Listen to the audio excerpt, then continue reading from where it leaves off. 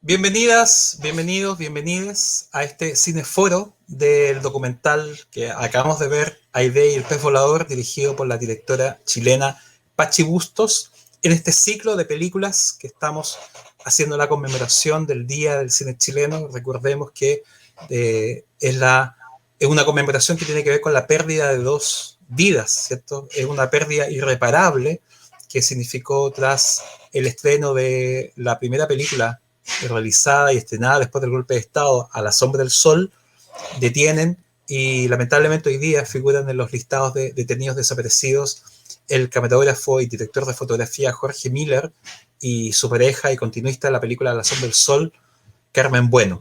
Entonces, en este contexto hacemos este homenaje, en este humilde homenaje con esta conversación, en esta actividad que es organizada por la Seremi de las Culturas, las Artes y el Patrimonio de la región de Valparaíso, junto a Insomnia Teatro Cóndor, también de la ciudad de Valparaíso.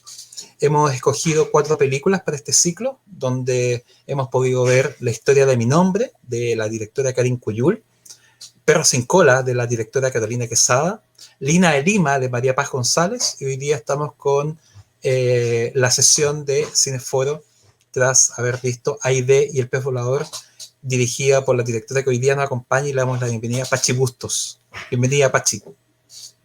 Hola Claudio, muchas gracias por programar la película y por esta invitación a conversar.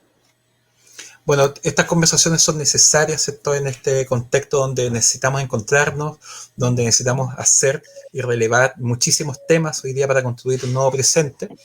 Y creemos que es fundamental una conversación tras este necesario documental Aide y el pez volador, que algunos datos que creo que son relevantes, que fue seleccionado del público entre los 20 favoritos de Hot Docs, un destacadísimo festival de documentales en el año 2019, tiene el primer premio Festival Internacional de Documentales Santiago Álvarez 2020, tiene el mejor guión, mejor dirección, mejor banda sonora en el Festival Internacional de Documentales Santiago Álvarez 2020, premio El Jurado, hecho en Docs, que es de Docs MX de la Ciudad de México de 2020, participa dentro de los pitch del documental en Sanfic, tiene el premio Jacalito Films en Work in Progress Docs MX 2018, por lo tanto la película ha tenido un largo camino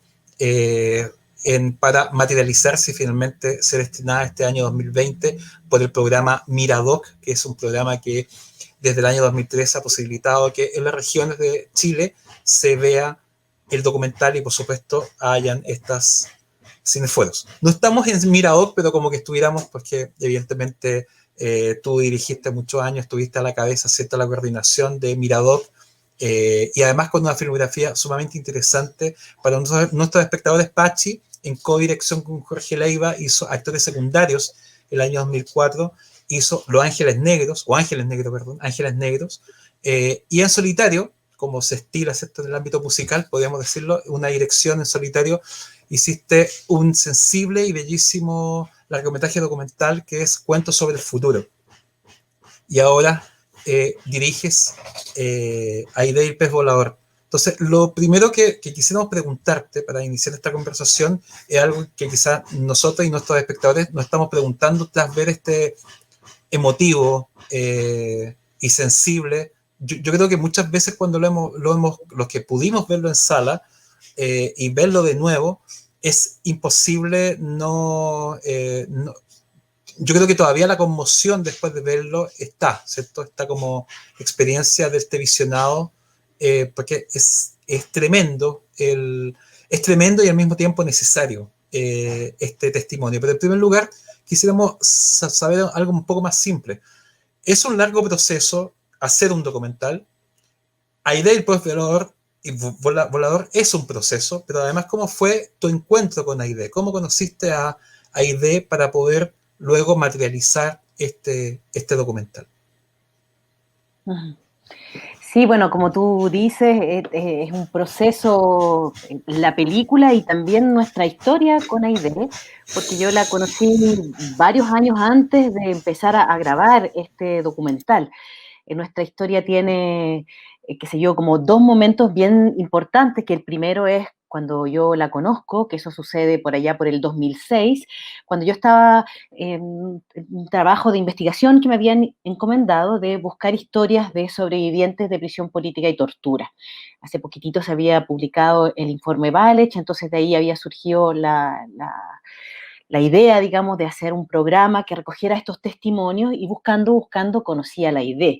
Y obviamente al momento de conocerla hay un enamoramiento porque Aidé es una persona, para ustedes que acaban de ver la película, increíble, fuerte, carismática, tierna, como que tiene muchos elementos que de inmediato a uno lo cautivan, ¿no? Y bueno, y cuando conoces los detalles de la historia que ella vivió, como que no puedes sino sobrecogerte y en el fondo como que tratar de entender cómo es que ella puede estar en pie después de todo lo vivido. Mantuvimos una relación a partir de ese momento y el segundo hito, digamos, en nuestra historia es ya en el año 2014, cuando empezamos a pensar en la idea ya de hacer este documental. En ese momento, un proceso judicial que se había iniciado hace algunos años atrás está en un punto de inflexión. La Corte Suprema está a punto, digamos, de emitir la sentencia y eso es lo que ustedes acaban de ver en la película, el tramo final de ese proceso donde somos testigos, ¿no? Como de esta larga búsqueda por la verdad y la justicia en un sistema que te está todo el tiempo como rebotando, ¿no? Que estás ahí como un poco como que son puros obstáculos en realidad para alcanzar la verdad y la justicia. Ese es el momento en que iniciamos el seguimiento. Yo invito a Aidé, digamos, ella se vuelve una cómplice en este proceso para contar esta historia, porque igual ella sabe que su historia no es solo su historia, es la historia de muchas otras personas sobrevivientes de prisión política y tortura, pero al mismo tiempo su caso resulta muy emblemático porque los casos donde hay condenas por tortura en nuestro país son realmente, no son ni 20 de los 40.000 calificados en el informe Valech. Entonces era muy significativo poder llevar en particular a agentes de la Armada a una posible condena, porque además esa es la rama de las Fuerzas Armadas que ha sido menos digamos, sometida a procesos en nuestra justicia.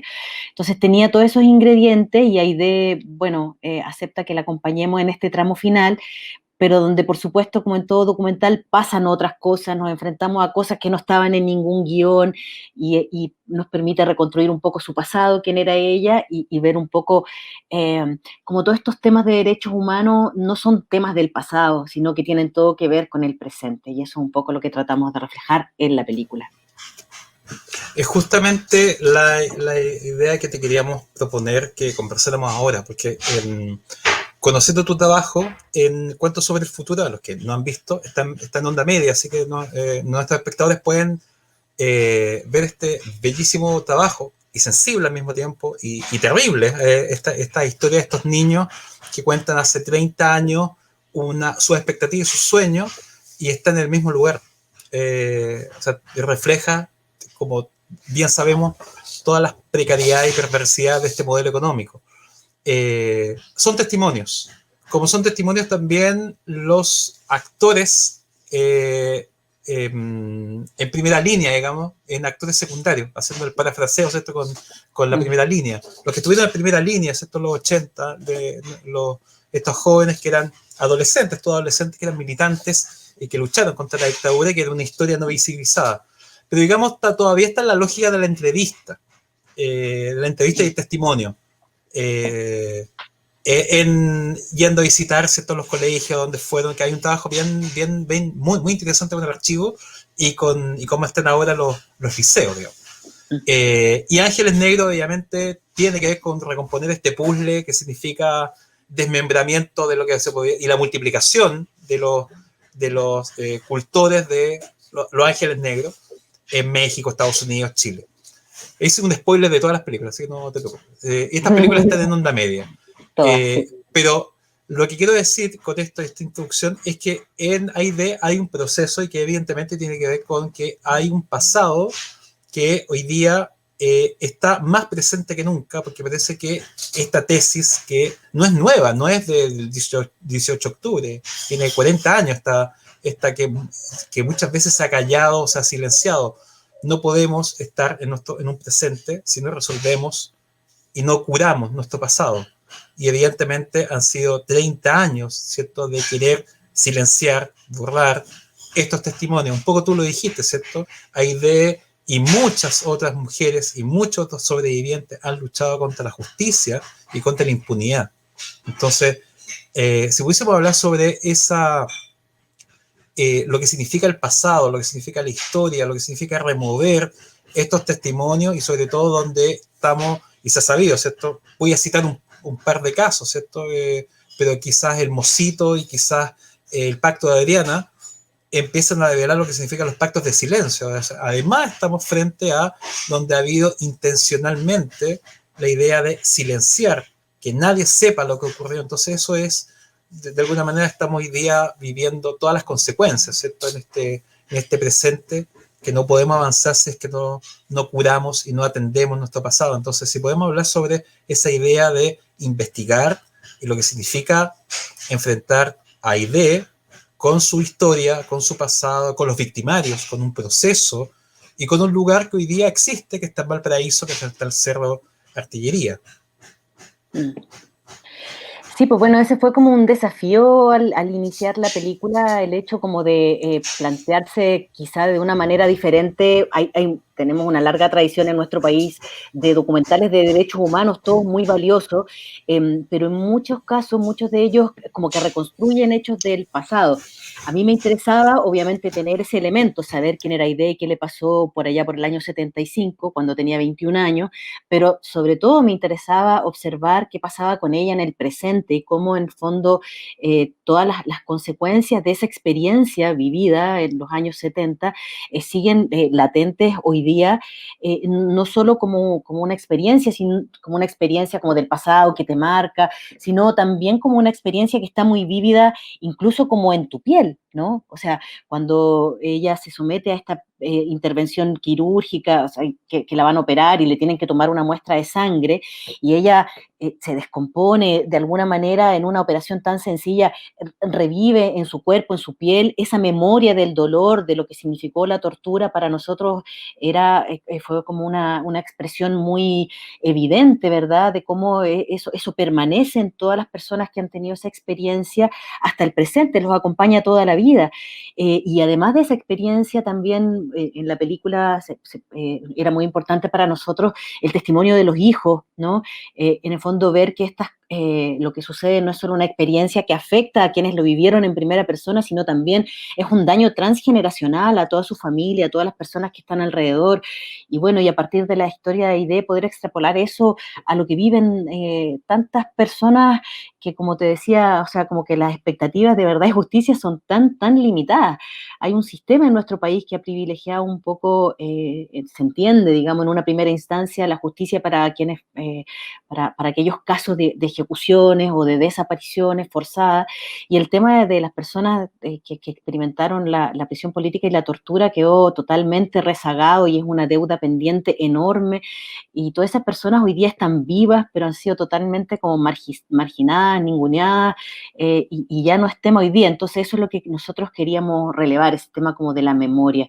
Y bueno, y lo anclo a todas las otras películas que tú mencionabas, ¿no? Que nosotros cuando hicimos Actores Secundarios, hicimos Ángeles Negros, lo que queríamos hacer era rescatar historias que en el fondo no habían sido contadas, y que era en el fondo parte como de esa perspectiva como política también, ¿no? De la memoria y de decir no a la impunidad en el caso de actores secundarios y de Aide, pero en el caso de Ángeles Negros, también era un tema que tenía que ver como con la memoria, porque de alguna manera ese también había sido un grupo que había padecido como el desdén de toda una sociedad, que había calificado como en el fondo como de música cebolla, ¿no? De una cultura como que se había mirado con malos ojos, digamos, como a esa música, se había mirado como peyorativamente y nosotros queríamos como rescatarla también.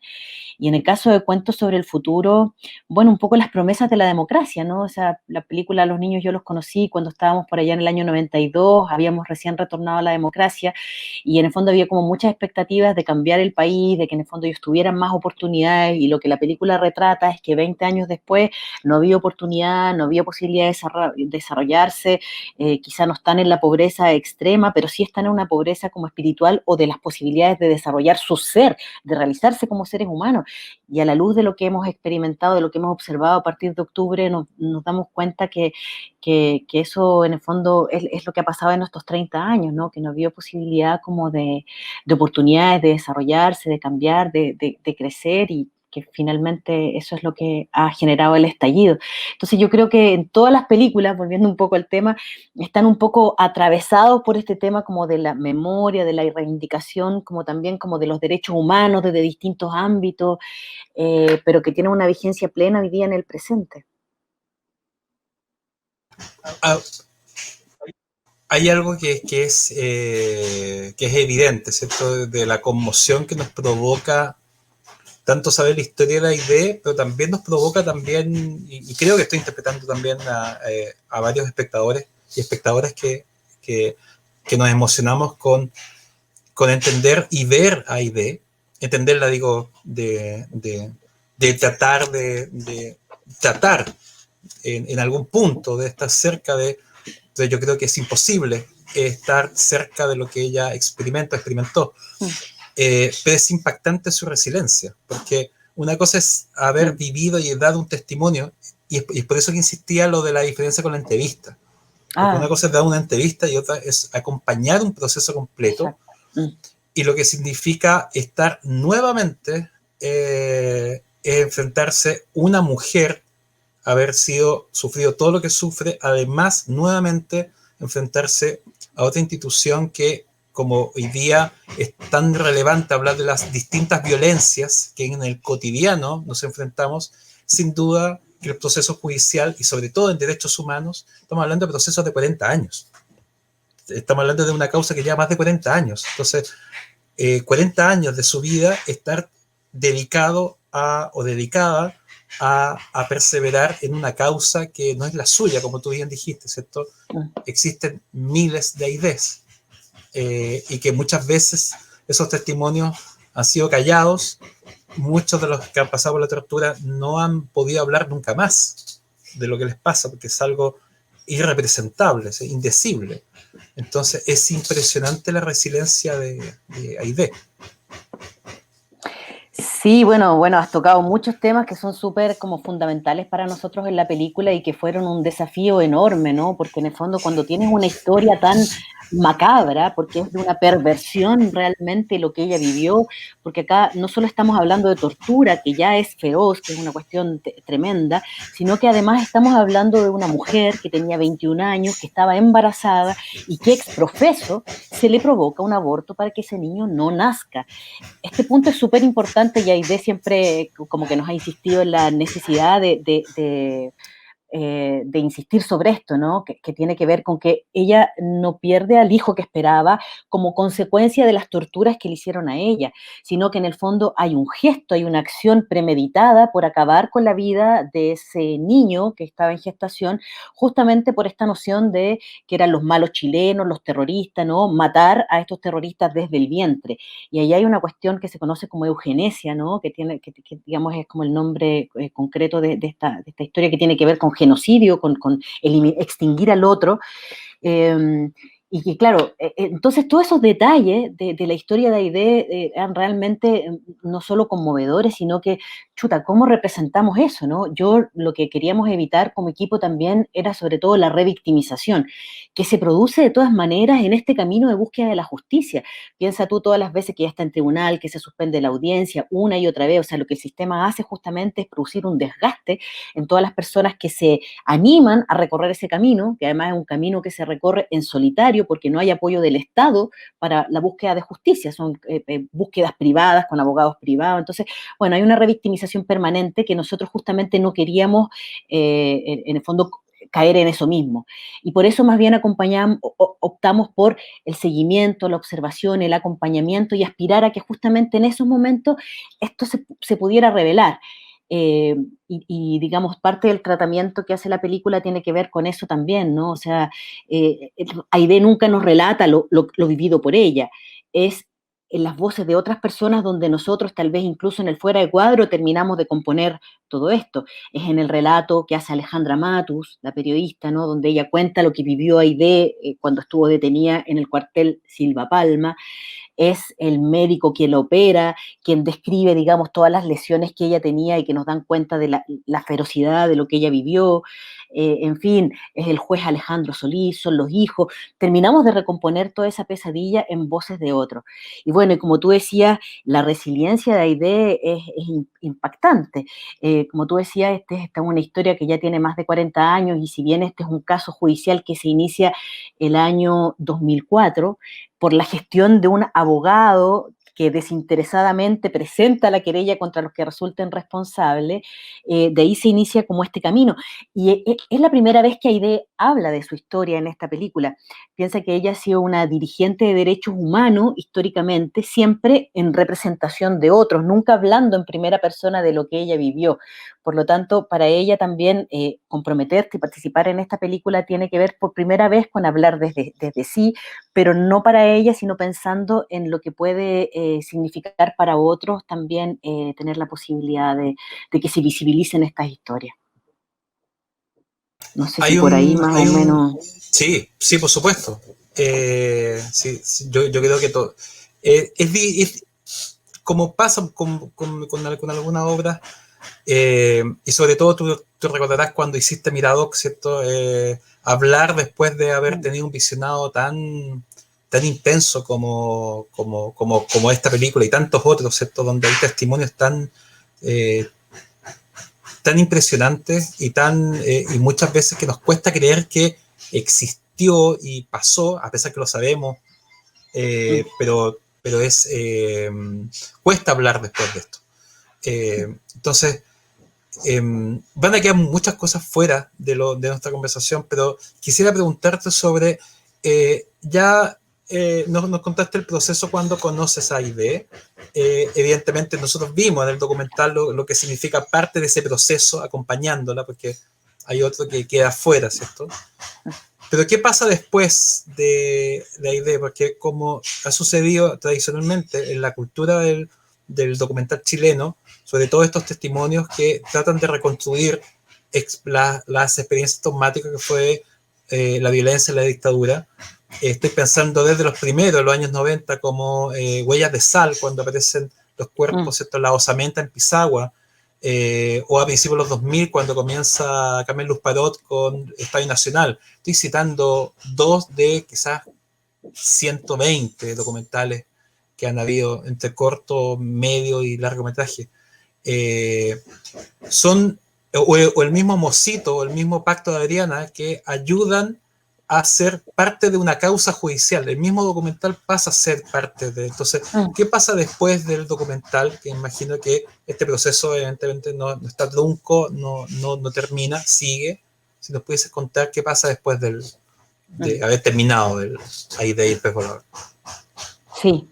Bueno, acá siempre cuando uno habla de la película, claro, es evidente, lo que salta a la vista es que la experiencia vivida por ella es una cuestión terrible, pero para quienes no han visto la película o para quienes la vieron, yo creo que lo importante también es, a pesar de todo lo vivido, cómo uno queda con una fuerza, como que en el fondo ella es tan inspiradora, todo lo vivido, toda esa fuerza, y además todos los otros personajes que son personas que todos con sus gestos solidarios, desinteresados, anónimos, también nos permiten sentir que en el fondo es posible cambiar las cosas y hacer cosas por otro, que quisiera también relevar esos aspectos, digamos, como de la película que nos interesaba compartir.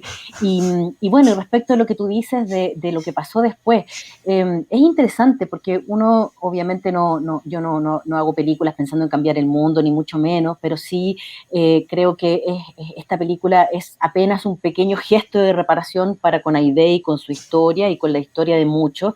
Y pasó algo bonito, ¿no? A partir de lo que tú señalas. Y es que, claro, la condena es una condena insignificante para la magnitud del daño, ¿verdad? O sea, 3 años y un día de prisión remitida, o sea, esos tipos no pasaron ni un día en la cárcel y más encima hoy día eso ya terminó y andan caminando por las calles de Valparaíso, de Viña del Mar, ahí como tranquilamente.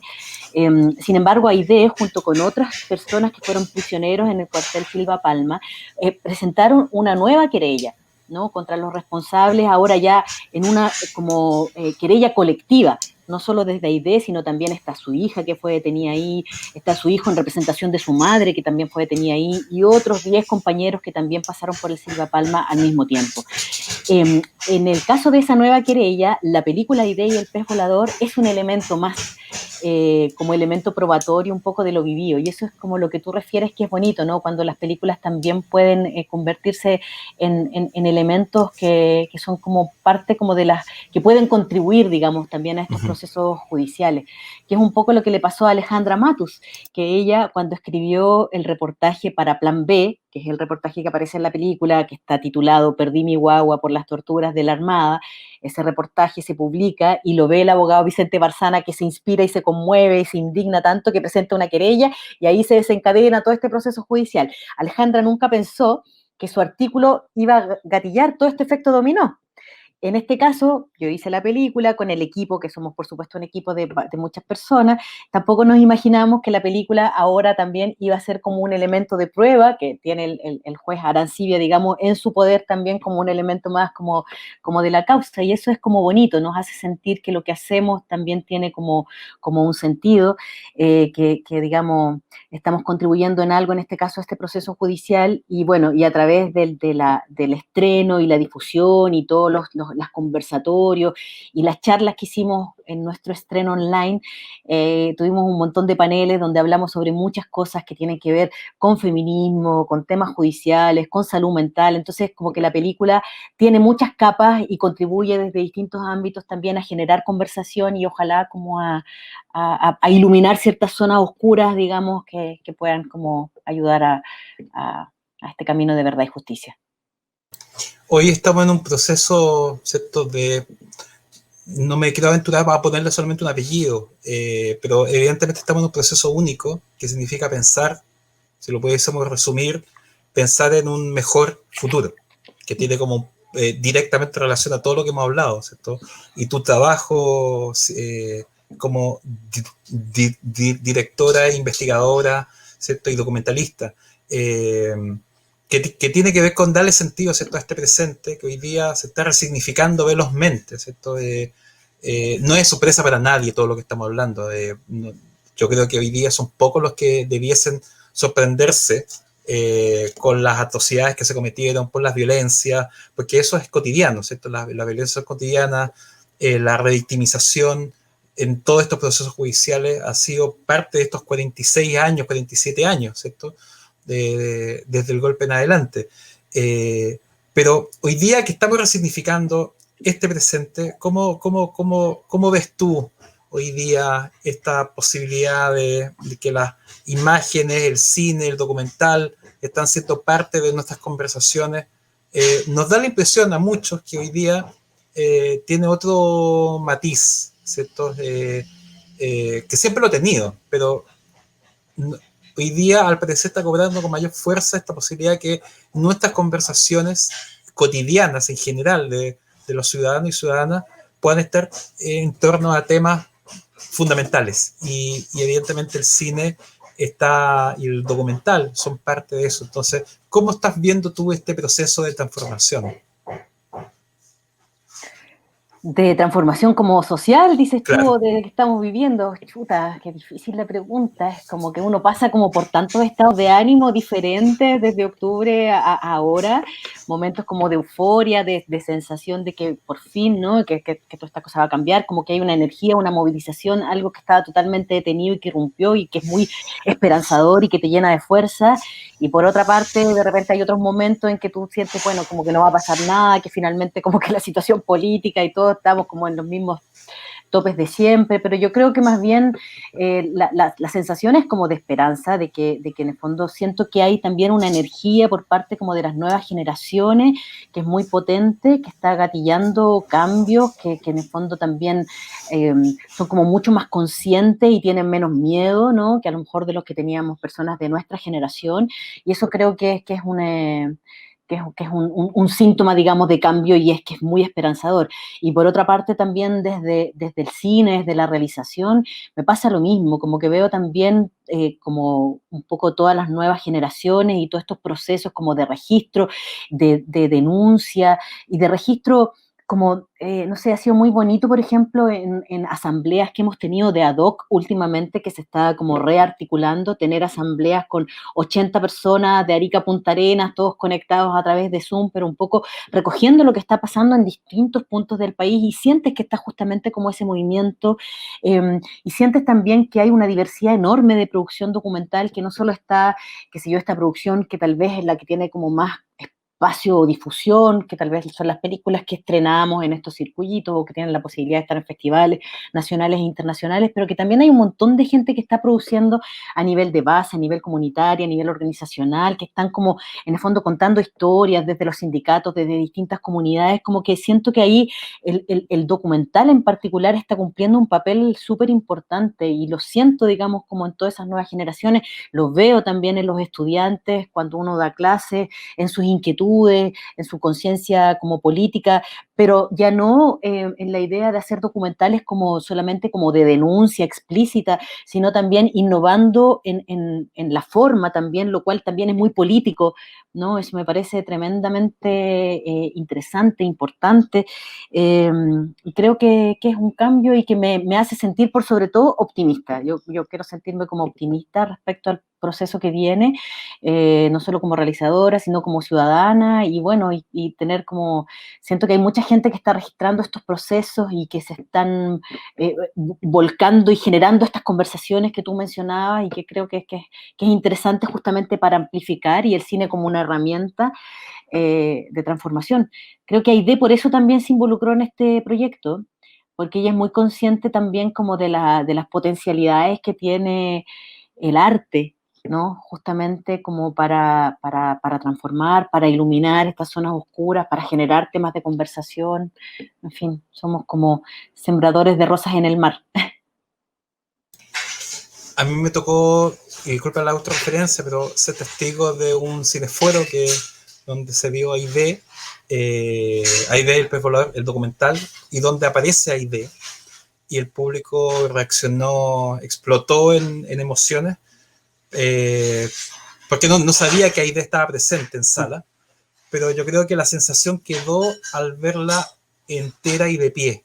Y eso, que alguien esté entera emocionalmente con esta historia, tratando de estar viva para darle sentido a muchas luchas. Yo creo yo creo que mucha gente murió sin nunca tener alguna luz de poder tener algo. No quiero decir justicia, pero que avance una de estas causas. Yo creo que hoy día es súper inspirador, como decías tú.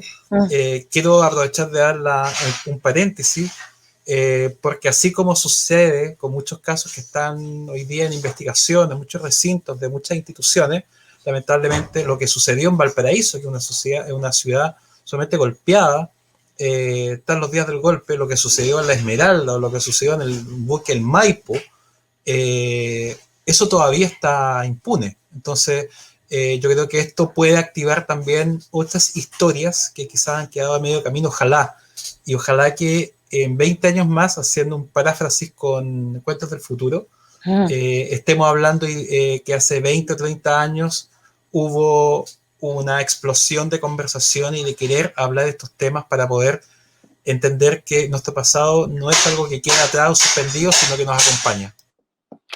Sí, exactamente. Es muy bonito lo que tú señalas porque, eh, claro, en el caso de Aide, verla y todas esas funciones presenciales que alcanzamos a tener fueron muy bellas en ese sentido, ¿no? Y ella también describe como el impacto que le provoca, como al final de las funciones, mucha gente como que se acerca, la abraza y le susurra al oído, compañera, esto también me pasó a mí, esta también es mi historia. Entonces yo creo que desde ahí también el efecto que tiene como amplificador y de permitir que otros hablen, que las historias empiecen a aparecer, es muy bonito. Y Aidé es parte de una generación de luchadores sociales, que yo creo que no ha tenido el suficiente reconocimiento. Parece que fueran ahí como unos viejitos, ahí están estos señores que siguen ahí como luchando, protestando, ahí están como que los vemos, pero es una generación que en otras partes ha tenido su reconocimiento, son luchadores sociales, entonces creo que nuestra sociedad les debe ese reconocimiento, ese respeto, y que creo que parte de las películas, digamos, en parte van contribuyendo a eso. El camino de la justicia es tan difícil, es tan limitado, que en realidad como que estas otras actos reparatorios, complementarios, las películas, los libros, todo lo que se puede hacer, digamos, también es parte de esos procesos como de justicia, no voy a decir poética, porque parece que no valiera de nada, pero que también son elementos que contribuyen, ¿no? Como en el fondo a cambiar eventualmente las cosas y a que a lo mejor podamos más adelante, como dices tú, en 20 años más, hablar de otra historia. Muchas gracias, Pachi, por esta conversación y gracias por haber hecho este bellísimo documental. En estos días que estamos conmemorando el Día del Cine Chileno, yo creo que estas conversaciones y esta película también es un homenaje a aquellos que no pudieron tener la posibilidad de dar su testimonio. Es muy bonito estar presentando esta película en este día en que celebramos el Día Chileno, pero conmemoramos también a Carmen Bueno y Jorge Miller, creadores en un momento de esplendor también de nuestro cine chileno, que en el fondo nos despierta la pregunta, ¿cuánto más pudieron haber creado? ¿Qué pasó con esas vidas truncas como las de todos los otros detenidos desaparecidos? Jóvenes de la misma generación de Aidé, que bueno, aquí los tendríamos sin duda, ¿no? Entonces es muy emotivo, digamos, compartir esta película hoy día, que esperemos también podamos mostrar presencialmente en Insomnia pronto.